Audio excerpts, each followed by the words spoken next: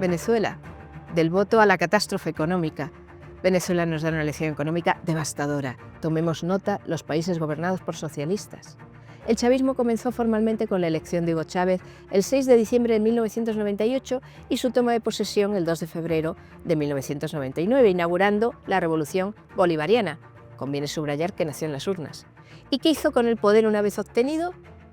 Destruyó el que era el país más rico de toda Sudamérica y el tercero en PIB per cápita. Miren cómo evoluciona la línea roja, el PIB per cápita constante, desde que metieron sus sucias manos en reescribir la Constitución y capturar los contrapesos al poder, en colonizar el poder judicial y electoral, militarización y politización de la administración, ataque a la autopropiedad. Aquí vemos la liberación ayer de presos políticos gracias a la intervención de Trump. Y sobre todo, ataque sistemático a la propiedad privada, expropiaciones, controles, discrecionalidad con los bienes ajenos, que es el objetivo de todo régimen socialista, como el nuestro en España en estos momentos. La persecución del que produce. Exprópiese. De acuerdo. Y aquel edificio allá en la esquina, exprópiese, señor alcalde. La prosperidad no depende del carisma político del gobernante de turno, ¿verdad?, sino de instituciones, derechos de propiedad, precios libres, moneda creíble y límites al poder. Muchos, pero muchos límites al poder. Estado mínimo. El chavismo desde su llegada emprendió el camino inverso. Un proyecto puede nacer democrático y volverse tiránico sin abandonar formalmente las elecciones. El colapso venezolano fue por causas institucionales. Destrucción de la autopropiedad, de la propiedad privada, destrucción de incentivos a invertir y producir. Miles de empresas destruidas, huidas de capital humano y financiero, controles de precios y divisas, imposibilidad del cálculo económico, monetización del déficit, destrucción del dinero. La inflación es acumulativa, pero solo en 2018 alcanzó cifras superiores a 130.000% anual. Fíjense que el colapso del marco alemán fue de 29.500%. Y esto sucedió a la vez que la mayor destrucción del PIB de la historia de la humanidad en tiempos de paz. Observen la gráfica. Se destruyó el 75% del PIB de 2013 a 2018. ¿Y qué pasó con las diferentes producciones? La de acero, cuando se nacionalizó, nos lo explica Dani Fernando. Este gráfico que veis en pantalla es básicamente una película de terror. Antes de que el Estado metiera la mano, Venezuela era una potencia siderúrgica. Era el tercer productor de acero de Sudamérica, detrás de los gigantes de Brasil y de Argentina. De hecho, en términos per cápita, Venezuela era el mayor productor de acero de todo el subcontinente. Pero fijaos en el gráfico, ¿veis el momento en el que se nacionaliza la industria? Es una caída libre completa, vertical. No es una crisis cíclica, es una paralización total de la producción.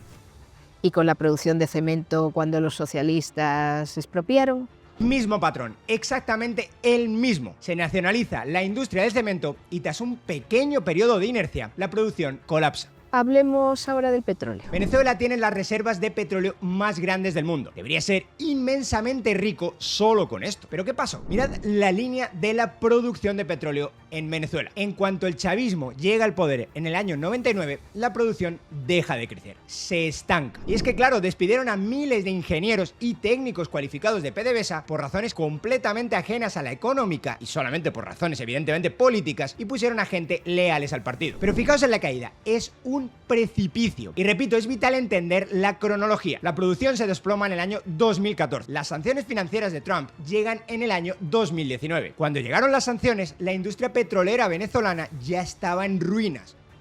Y con el carbón, Dani. Venezuela era un gran exportador de carbón en el año 2000. ¿Sabéis cuánto ha caído la producción entre el año 2000 y el año 2021? Un 97%. La persecución al que produce ha abarcado todos los sectores, incluso con producción del sector primario, por ejemplo, la de patata, generando hambre y crisis humanitaria mayor que en una guerra.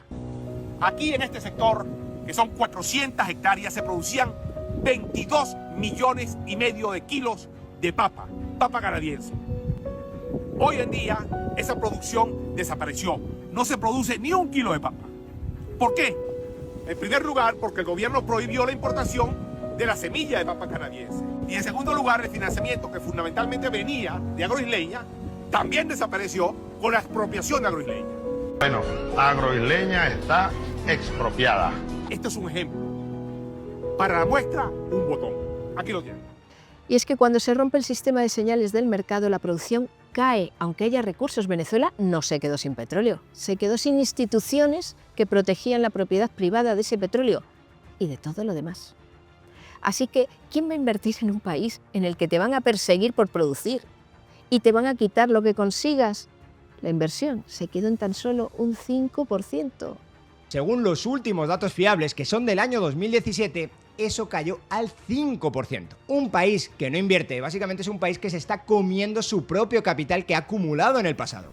La economía no es de suma cero. Podemos crear riqueza, excepto si se fulmina el marco que protege a las personas que pueden crear riqueza.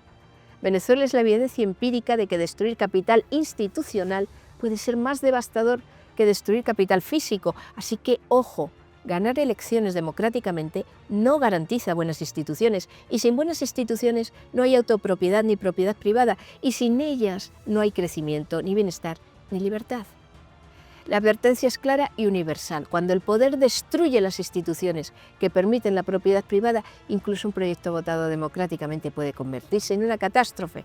Venezuela, que era democráticamente acabó con la propiedad privada, encarceló a los opositores, sentenció a millones a la pobreza extrema e hizo huir a otros 8 o 9 millones del país. Y cuando eso ocurre, la economía lo refleja con una crudeza implacable. Y esto es lo que nos quieren hacer nuestros gobernantes socialistas, también elegidos en las urnas. Tienen la misma ideología, la misma agenda destructiva, solo les frenan los contrapoderes, si no consiguen destruirlos, claro. Así que mucho, pero mucho cuidado, porque es lo que estamos viviendo ahora mismo en varios de nuestros países, ¿verdad? Bueno, ¿tú qué piensas?